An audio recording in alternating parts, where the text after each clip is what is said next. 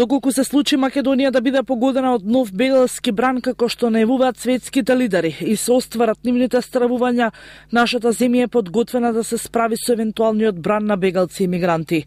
Имаме искуство од пред една година, кога на светот покажавме дека мала земја како Македонија не дозволи на нејзина територија хуманитарна катастрофа, но и допринесовме и долж целата рута. Ова беше констатирано на денешната средба на министерот за внатрешни работи на Македонија Спасовски со амбасадорот на Словачка Мартин Безак.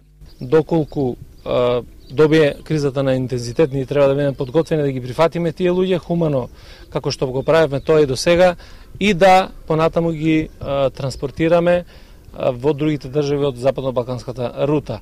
Така да ние сме сосема доволно опремени во овој момент и нема апсолутно причина ниту за градба на кампови, ниту за поинакво постапување од она што до сега сме го направиле, заради тоа што од цела меѓународна заедница е добиено навистина позитивна оценка за начинот на справувањето со мигрантската криза.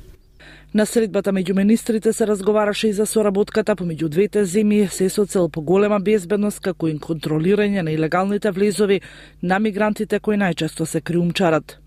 Била и то Словачка која у јеку миграцијска криза. Словачка во екот на миграцијската криза беше од првиот момент покрај Македонија со своите безбедносни сили, а во 2015 година изнајмивме 8 патнички вагони за да можат мигрантите побрзо и поефикасно да се транспортираат до Табановце.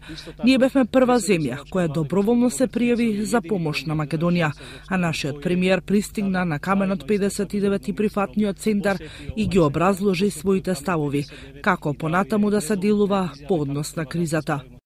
Во Македонија, покрај досегашните 190 полицајци од Словачка, присутни се и полициски службеници од Чешка, но ротирани групи има и од нивните колеги од Србија, Хрватска, Словенија.